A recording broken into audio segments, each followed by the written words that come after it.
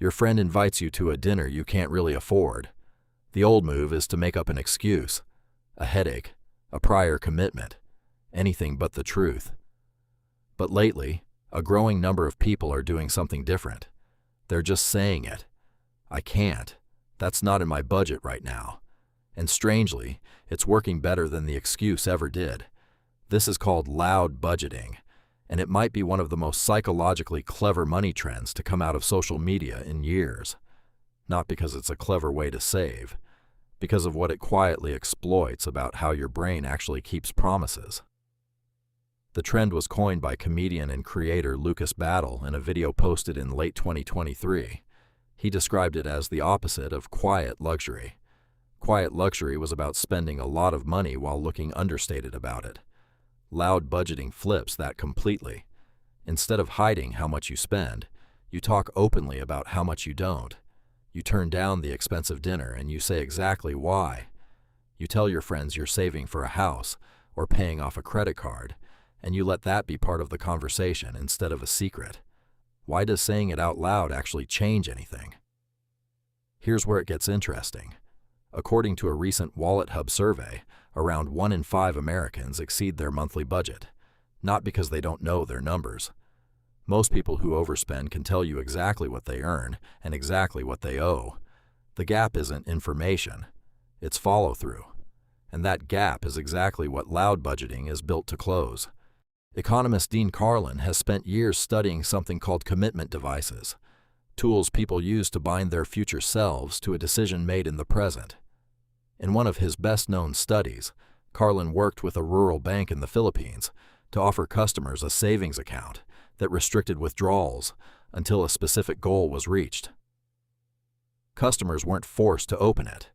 They chose to, voluntarily limiting their own future options, because they knew, deep down, that willpower alone often isn't enough. The account significantly increased savings, not because the money was locked away by someone else, but because people had committed to a structure they couldn't easily talk themselves out of later. Loud budgeting works on a strikingly similar mechanism, just without a bank involved. When you tell a friend out loud that you're not spending on something, you're not just sharing information. You're creating a social commitment device. Backing out later doesn't just cost you money.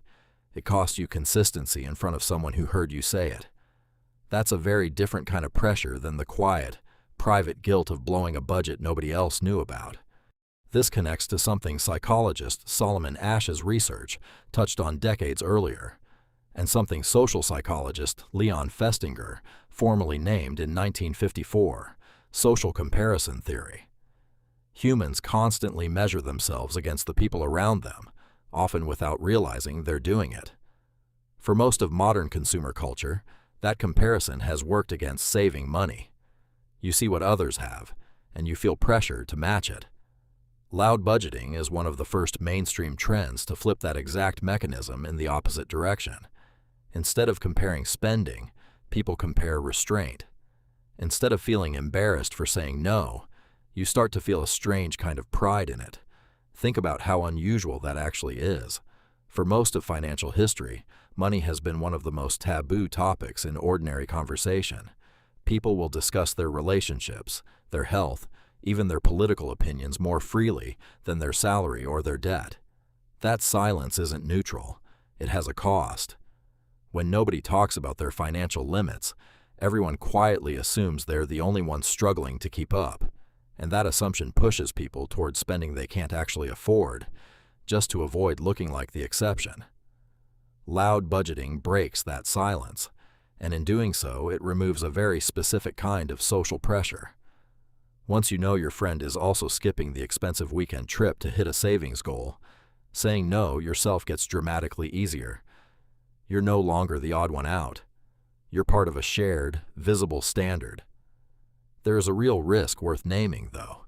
Loud budgeting only works as a commitment device if the declaration is genuine and specific.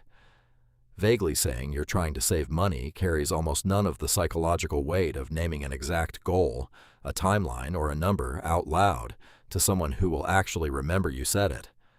The commitment device only functions if there's something real to be held to.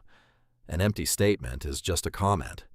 A specific one is a contract with yourself, witnessed by somebody else. There's also a marketing angle worth understanding, since it affects how the trend gets used against you as much as for you. Retail analysts have noted that loud budgeting doesn't necessarily mean people spend less overall. It often means they spend more intentionally, redirecting money toward things that feel aligned with a stated goal, while cutting the things that don't. Brands have started adjusting messaging accordingly, framing purchases as smart, values-aligned choices rather than indulgent ones, which means loud budgeting can be genuinely useful, while also becoming another surface for the exact same persuasion tactics it was originally created to resist. So does it actually work? The honest answer is, it works for the same reason most commitment devices work. Not because speaking a number out loud has some magic effect on your bank account, but because it converts a private, easily broken intention into a public, harder to break one. Your brain treats social consistency as something worth protecting, often more fiercely than it protects a private financial goal that only you would know about if you failed to reach it. If you're going to try it, the specificity is what matters most. Not, I'm trying to save money. Instead, I'm saving $400 a month toward a down payment, so I'm skipping dinners out for the next 3 months. Said to a real person, who will very likely ask you about it later. Your friend invites you to a dinner you can't really afford. This time, you don't make up an excuse. You say the real reason, out loud, and something about saying it makes it easier to actually mean it.